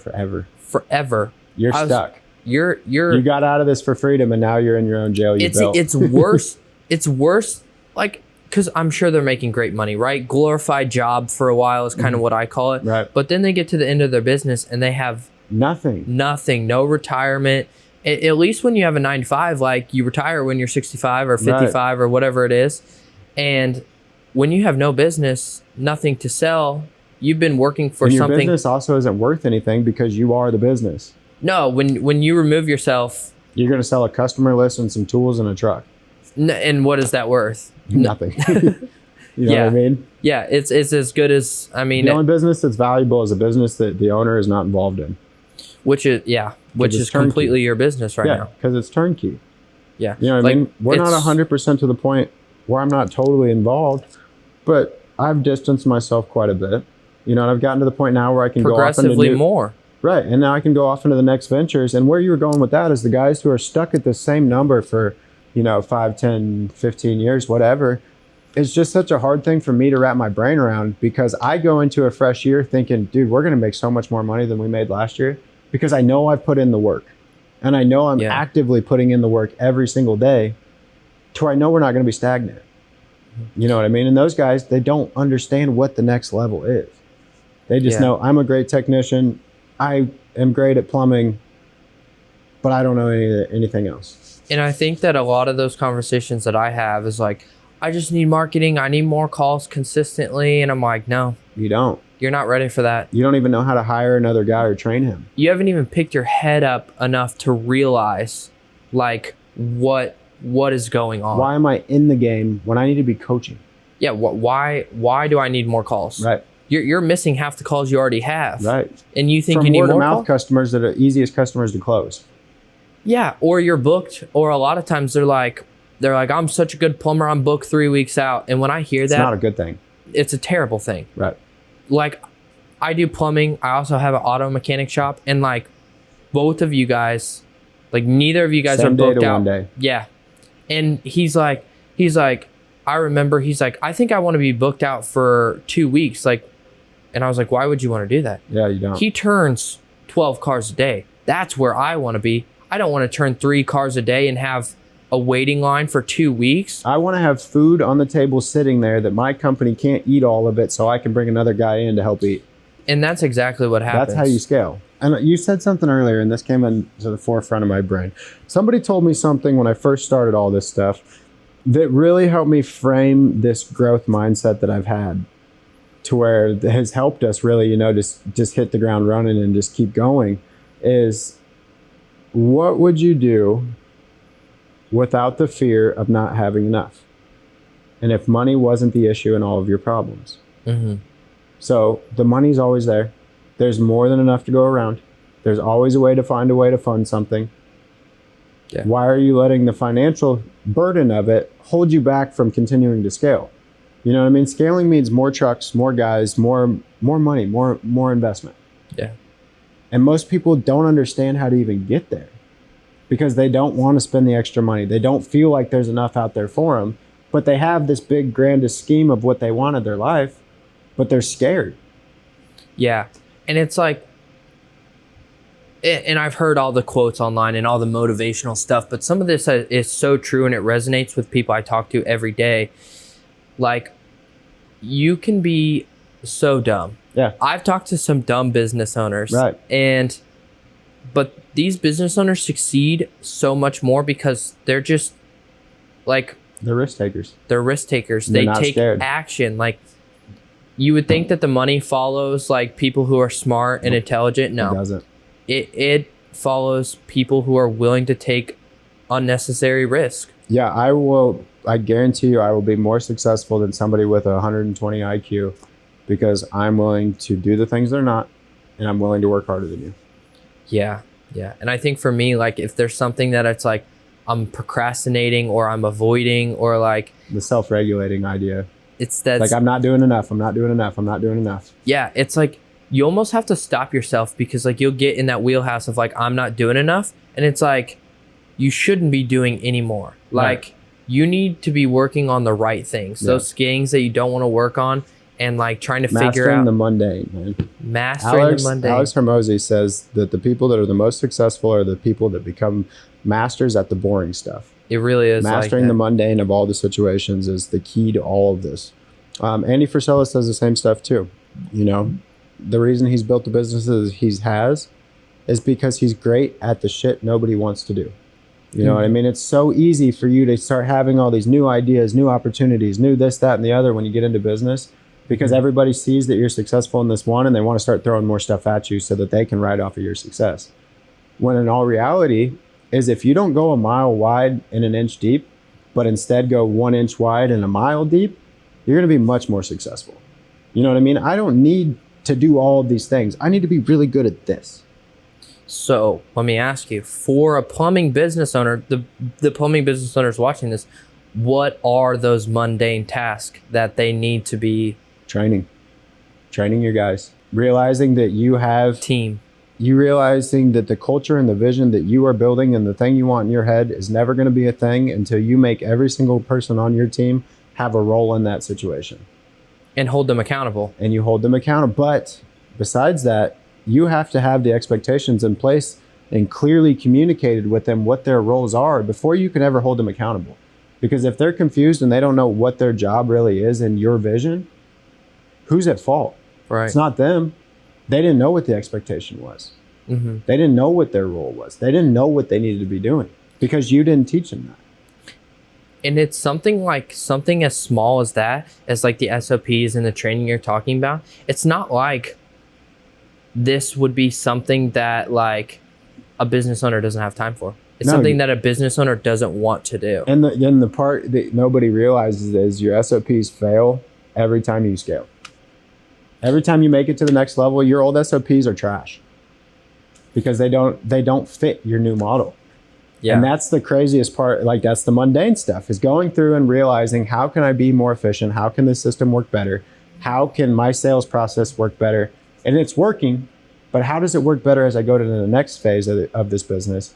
Because all those other things I had, they don't work anymore because I don't have 5 guys. I've got 25. It worked at that level. We're up here now. But it didn't get me there. Right. You know what I mean? And from me to go from 15 to 25 to 45 guys, those all require a different level of skill sets and a completely different SOPs, completely different procedures and things. Because one, there's more money being involved. There's more people being involved. There's more managers in place. And my original SOPs aren't going to fit that. More calls, more marketing, Exactly. more tools, more vans, more just everything. Yeah. It's a different company. And you have to have a completely different SOP than you had at $1 million. And that's the mundane stuff that nobody wants to do, is analyzing your business when it's doing well and realizing, how can I do better? Right. You know what I mean? It's really easy to ride a win for a year. Like, oh man, I made $5 million last year. I'm good. I'm just going to sit back and chill. I did great. Yeah. Until you realize you're 4 months into the year and you've only made, $500K, and you're like, shit, what happened? Yeah. You've let your foot off the gas, bro, is what happened. Yeah. You didn't realize, like last year, you were focused on the next step all the time. And now you think you made it to the top of the mountain and you fell off. Yeah, there's no like coasting in There's business. not, no. Literally none at all. Like, and people think like, oh, like I'm on track. If nothing changes, nothing changes. No, your business will decline. It will. Substantially. And for me, especially in the situation I'm in now, the only time I see our numbers change is when I get complacent with my training. If I'm not in those Monday meetings every Monday, if I'm not constantly putting in new information to my guys or just reiterating the old information we've already had, that's the only time I see our numbers drop. And I think that the people step away from it the most when it matters the most. Because I think when you're doing well and like when you're reaching, like when you've been in the trenches, let's say you've been doing 5 million for 2 years or 1 million for 3 years, whatever the case may be. And like you finally start to get over the hump, that's when the gas matters the most. Yeah, when you got to really buckle in. To get to that next level, either when you bring on that guy or when you decide to add on HVAC, like that's when the gas matters. You know, and there's another thing too that I think was like one of the most crucial parts of me getting into this was my naivety to stuff. I made decisions based off my naivety that I would never make now, but they also were what helped me scale. Because I wasn't scared. I didn't know what to be scared of. Just like our motto for a while, and like, excuse my language, was let's fuck around and find out. You know what I mean? Let's figure it out as we go. Like, I don't have the money for it, but we'll figure it out. You know what I mean? I don't have the money to pay a guy X amount of money for marketing right now, and I don't have the guys, and I don't have the van for it, but you know what? Let's figure it out. Risk and action over everything. Man. Yeah. That's all. You know what I mean? And then I saw another quote too, and I don't know. I'm a very quote kind of person. That the key to business is biting off more than you can chew and figuring out how to swallow it. Yeah. Killing the elephant and figuring out how to eat it. Right. Yeah. And that's what it is. Because that's where you start to grow. And you have to have like this utmost confidence in yourself to realize I can handle anything. I've done it before. I've seen my track record. I've won in all these situations. Even when I lost, I still won because I learned. You learn. That's what a lot of people don't realize when they're getting their ass kicked. It's like, it's like, dude, you're sharpening the sword right now. Yeah. And guess what? Sharpening the sword is not fun. No. It's not at all. But guess what? When you go to battle with that next problem you have a sharp sword that you know how to use. You know what I mean? For me, the way I think of it is, because I'm really big into jiu-jitsu, is all the times I've gotten my ass kicked in jiu-jitsu, I'm learning how not to get my ass kicked. You know what I mean? For the next time. Exactly. And I'm going against, you know, the higher belts, the blacks and stuff like that. And I'm at the point now where I'm keeping up, you know, and then I go against guys who are at the same rank as me, and it's like, okay, this wasn't hard. Right. And then it's all just a perspective thing, man. It's like you said, you're self-regulating all the time to where it's like, man, I'm not doing enough. I'm not doing enough. I'm not doing enough. And then you look back down at the mountain you just climbed, and you're like, holy shit, I'm fucking high. Like, I'm way up here now. Yeah. But then you reach the peak and you're like, damn, I want to get there. And I think we're kind of getting into the motivational stuff, which is great, but like, it just really is, and everyone says it, but it is about the journey. And like, I found that like just knowing and accepting, I probably came to this realization literally probably within the last 3 or 4 months, but just realizing that, like, you hear it all the time, the journey is when you feel like you've made it, but like just feeling like I'm gonna probably work really hard for the rest of my life, and that's like exciting. What else am I gonna do? I made it. Yeah. I never feel like I made it. And like, I think a lot of people start to work or decide to break off from their company because they want to like make it big, and they want to work really hard for 10 years and then never work again. But like, what are you going to do? What else are you going to do? As a man, we are called to have a mission, man. Yeah. And if like, you're not working towards a mission and a goal in yourself, that's when depression kicks in. 1000%. You know, and I'm going to go back to my spiritual side of the things with this. God calls us to carry his yoke, which his yoke is his work. Mm-hmm. Men are made to work. And the men that aren't working are the ones where you see anxiety, depression, and whatever else mental illnesses they're dealing with. I couldn't agree with you more. Drug addiction, all of that stuff. When I find myself the deepest in my ruts is when I'm being complacent. Yeah. Because I'll go back the next day and I'll dive back into my work and my mission and everything, and all the things I was worried about yesterday are gone. Because I know I'm pushing the ball forward. But when I'm standing here looking at the ball, I'm depressed because the ball looks heavy and huge. Mm-hmm. But if I'm moving that ball 1 inch every day, I feel like I'm on my path. Yeah, and I think for a lot of those, kind of to circle back to those plumbing business owners that are like stuck, or maybe they have 2 trucks and they've been stuck there for a while, I feel like the hardest part is just starting. Right. Starting to do the things that you don't know how to do. It's just like starting the fire, man. It's like, and a lot of guys, they're very good plumbers. Right. Like I talk to, and they're like, dude, I can sell ice to an Eskimo. Like I'm the best plumber in my city. Just nobody knows me. Like I don't get any calls, and I'm like, that's great, dude. But like, you're not ready for. That's when somebody says that to me, I'm like, you're not ready for marketing. And you know where that's like that's a huge devastational issue in a business is when you're the best employee. Yeah, that's when you're the best employee in your business sucks. My whole thought in hiring people is I need to hire people that are better at these jobs than I am. And do you? Yeah, 100%. You have plumbers that are better than you? Oh yeah. Oh, from a technical standpoint, 100%. That's amazing. But my gift and my place of brilliance is leadership. I know how to plumb. I know how to sell. I know how to book calls. I know how to do all the stuff in the business. But does that mean I'm the best suited person to do that? No. My brilliance is leadership and figuring out how we take this company to the next level all the time. Right. That's what I'm the greatest at. And I can't hire somebody to build my vision for me because it's mine. But 100%. I can hire somebody to run the plumbing company. I can hire a plumber. I can hire a salesman. I can hire an office lady. I can hire a CSR. And guess what? They're all better at that job than I am. Yeah. And I'm good with that. Yeah. And if they're better at it, then that's cool. Because then I don't have to be that guy. Right. And that's what helps me to be able to scale the business to the next levels and go into coaching and start to help these people that are stuck. Yeah. And I don't feel like you kind of got into the coaching literally by accident. Like, kind of, yeah. Like, I mean, not to say like per accident per se, but like, I think it kind of started out, and correct me if I'm wrong, but like, you know, you were like, I have this awesome sales process, went to a few seminars, and people were like, can you do that in my business? Yeah. And it kind of just started out as like some favors, right? I mean, pretty much. But the other part too is my business coach, which is Coach Joe, here in Kansas City. Awesome dude if you haven't met him.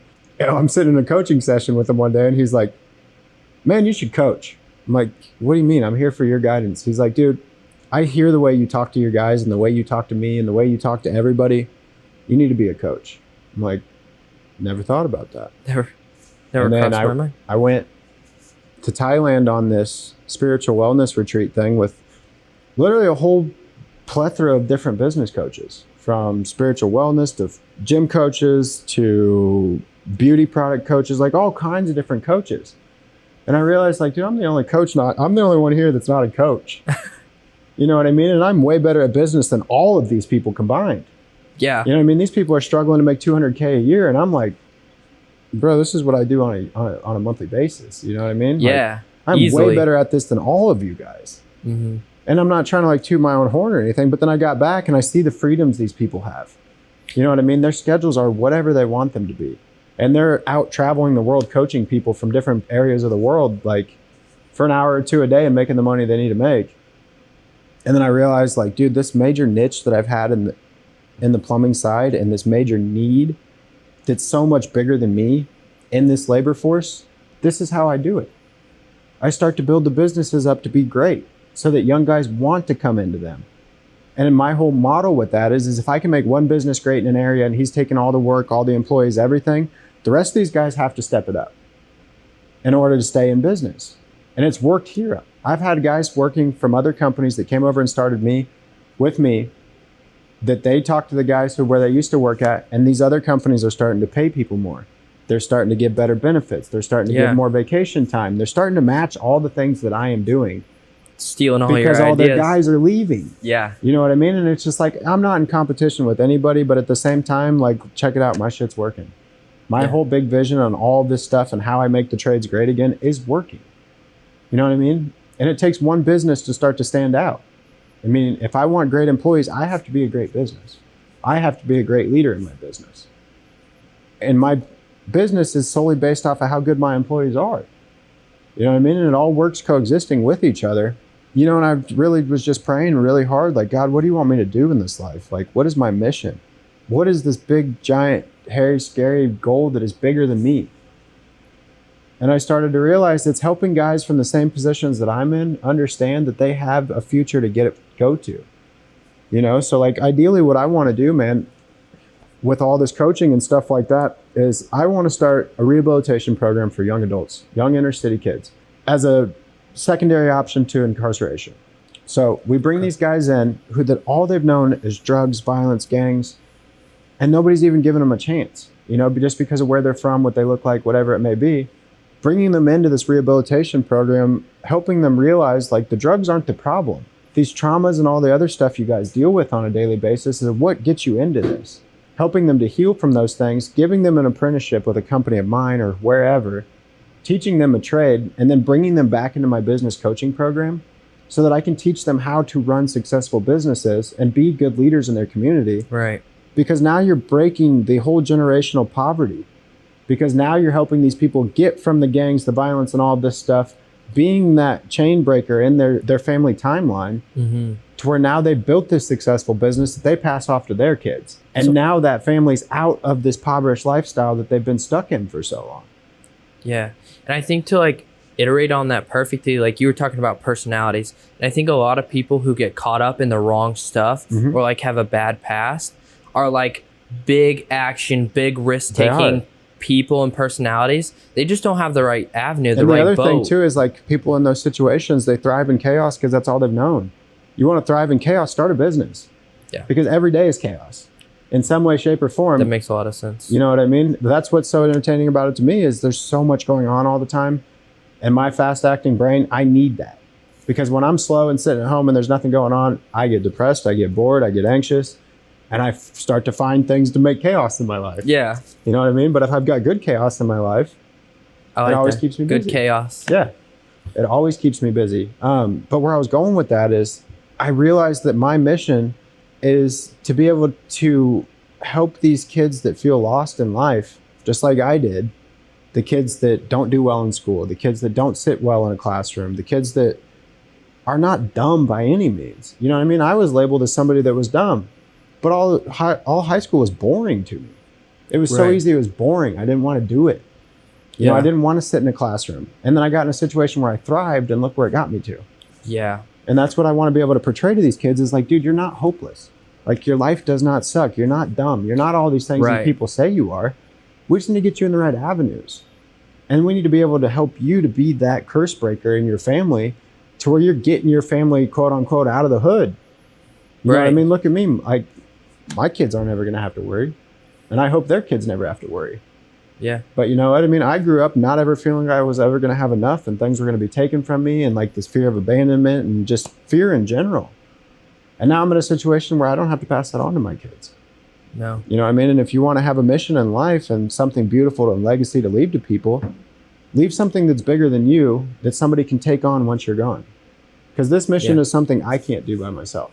And not just that, but you have to almost create the next generation to carry it on. You do. Because you have to, that's a fine line, which, you know, we don't have to dive into, but like having the next generation not be like totally spoiled, but also like, you know, giving them the right mindset and guidance. The guidance to in order to be able to take that on and to lead the same way that you would. Right. That's a feat in and of itself. What's so exciting about it is too, is like I've developed this mission and this idea and there's all these business ventures on my own. If I can pass these on to the next generation, they're so much smarter than me. You know what I mean? I'm so excited to see what they can turn this into and mold it into and continue to evolve it as we go as a society. You know what I mean? And that's why I named it Making the Trades Great Again. Because you got to think, back in the 1920s and 30s, before the Depression hit, tradesmen were looked up to. We're the ones that built this country. Yeah. But then Depression hit, finances went down. Guess what came with that? Alcoholism, drug addiction, poverty, violence. All the things that you think of when you think of a blue collar worker. You know what I mean? You have a stereotype of a blue collar worker. Everybody does. You know what I mean? They're a guy who drinks beers after work or whatever it may be. They smoke cigarettes. They stink. They're not clean. Whatever it is. You know what I mean? We all have this stereotype of a blue collar in your head, whatever that is. And the reality is all of those things have been passed on. And I feel it in my family because we're all blue collar workers. And all the drug addiction, all the depression, all of those things have been passed on to me because of the circumstances of life that those people have been through. So if I can change that and make the trades an honorable career again like it used to be before the Depression hit and all the things happened, and make people realize like you can be a sober, fit, great dad, great leader in your community, all of these things, and still be blue collar. Just because you don't have a 4-year degree. Right. Like you can have everything and more. That is how you make the trades great again. I think so. Like, it has nothing to do with Donald Trump and all the other nonsense. It's simply that is the mission that I have and that I'm trying to do in micro spaces right now. And if the movement can catch on, it's going to be able to tenfold itself really quickly. Yeah. You know, because like I said, if I can do it here in this market, and I've got a client in Michigan, I've got one in California, I've got one in Hawaii, I've got one in Texas, they all start doing it in their markets. Now I'm moving my mission across the nation. Yeah, and it's just a And matter I'm of not time the one doing it all. before you Right. start to accomplish those goals. And all the guys that I come into coaching client relationships with, they all have the same mindset. And they have very similar past, you know? 1000%. Very, very similar past. And they also have very similar personalities as I do. You know what I mean? That risk-taking action. My biggest thing is I just want to be the guy that I needed in my hardest times when I was a kid. You know what I mean? That was deep. It is. It's great. Know, and in those times, I was looking for guidance. I was looking for leadership. I didn't want to do the shit I was doing, but I didn't know any better. And if somebody in my position would have stepped in when I was 12 or 13 years old and said, hey, dude, follow me. This is what we're going to do. I mean, obviously, I was on the path I was on for a reason, and it got me to where I'm at today. But think about how many other lives I could save in those younger generations by doing something like that and helping other men step up to be that role model. 100%. You know what I mean? And that's my bigger mission in all of these things. Like, the money's great and all that, but the money's just the money. It is what it is. I don't feel any different making the money I made today than I made when I first started the business. You know what I mean? When I get to that next revenue level, I just have bigger problems, really, to be honest with you. Yeah. I have bigger problems to solve. It's like my quality of life really doesn't change much. I can't remember who said this or where I saw it, but it's like, you know, you have different problems. You constantly want new problems, but you just have more money and more resources to deal with them. To throw at the problems. Yeah. But you want new problems, like constantly. That's it. That's the goal, and is just to have new problems. Problem-solving people. That's why people look up to us and come to us to ask us questions, because they know we know how to solve the problems. No doubt. If we didn't, we wouldn't be the business owners. Yeah. Well, is there anything you want to leave to any plumbing business owner out there? Obviously, I'll link all of your socials down in the description for people to contact you, check you out. What I really want to leave with you guys and any business owner there that's really struggling with marketing the same way that I did. Before I came into Clinton, 7, 8 different marketing companies. My ad spend was anywhere from, at the highest, like 40 grand a month in marketing alone, to where I'm at a much more reasonable number with Clinton now. Is just don't buy into the hype of things. Don't buy into the big corporate companies. Don't buy into the people that are great at marketing for clothing products, but they have no idea about plumbing. You have to find somebody that's niche specific. Like, when I found this situation with Clinton, you can ask him. I was very weary. You know what I mean? Yeah. But at the same time, I'm like, you know what? It is what it is. Let's try it out. The cost versus risk benefit is not that high, so let's just do it.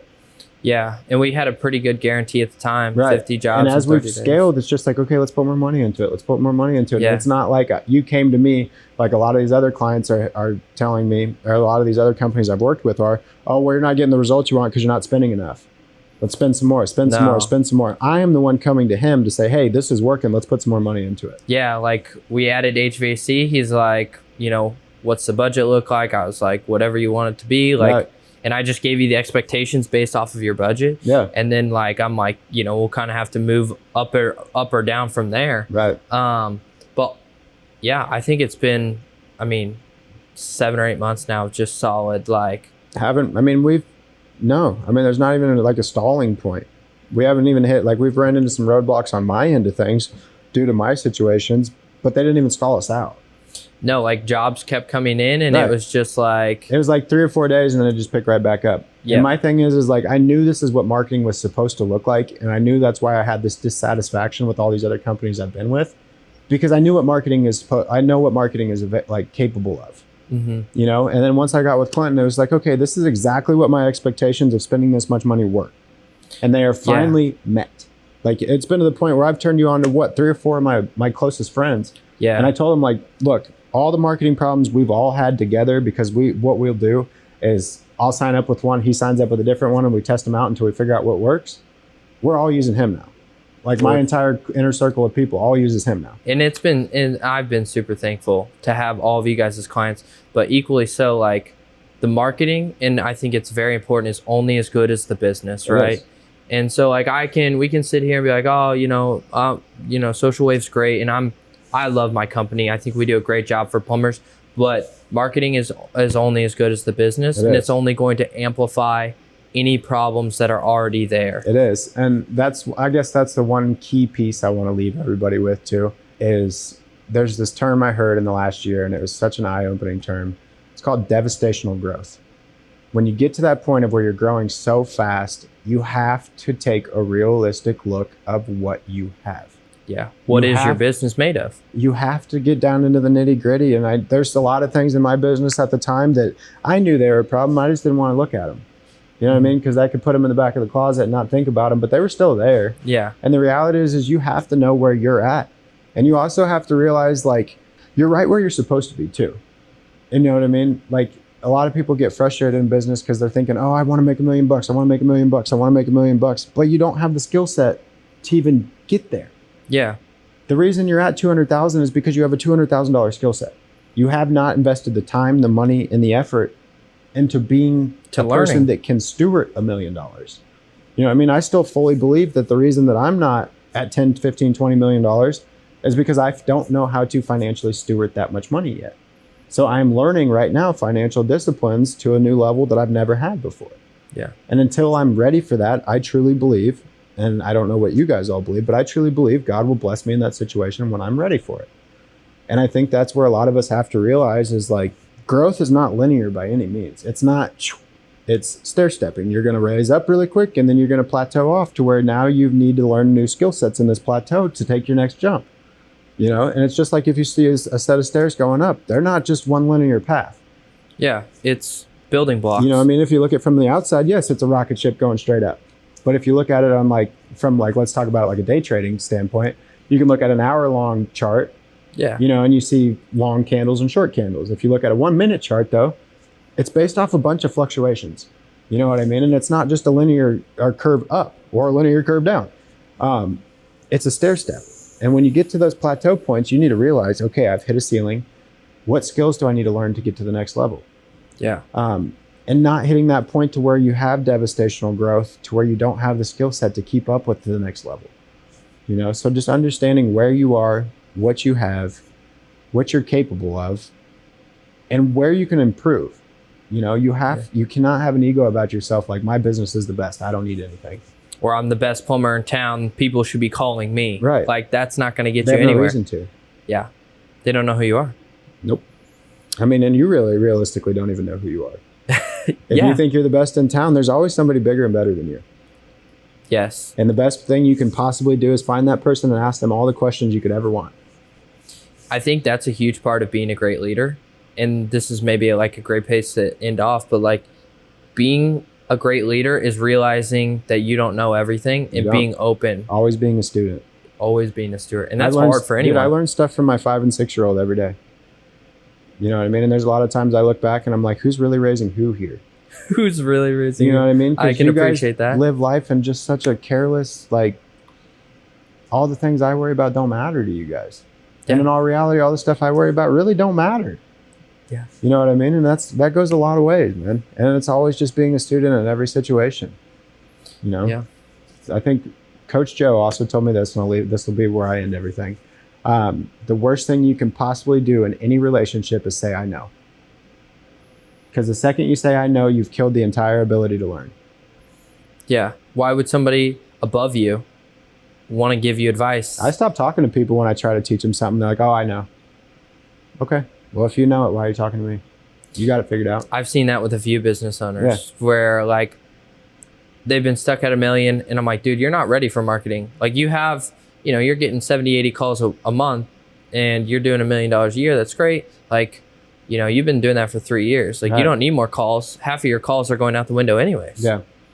And so, like, just being knowledgeable and being understanding, because I've turned those people over to you. And they're like, yeah, I know. Like, I have a good business. Like, everything's fine. And Trust me, I know. And that's why they're not clients. And that's why they're not clients. Because we have to be students in everything we do, man. Students in everything we do. Just a student of life in general. That's all there is to it.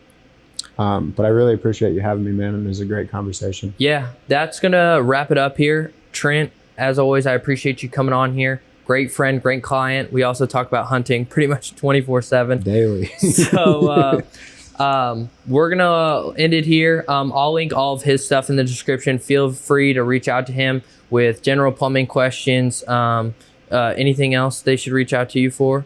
Anything, man. I'm an open book with everything I've gone through in life. If there's anything I can do to help somebody get to the next level, I'm more than happy to do it. Yeah, and you've been great. Like I've had him like just help him with clients. Like clients will get stuck where they're not ready for coaching.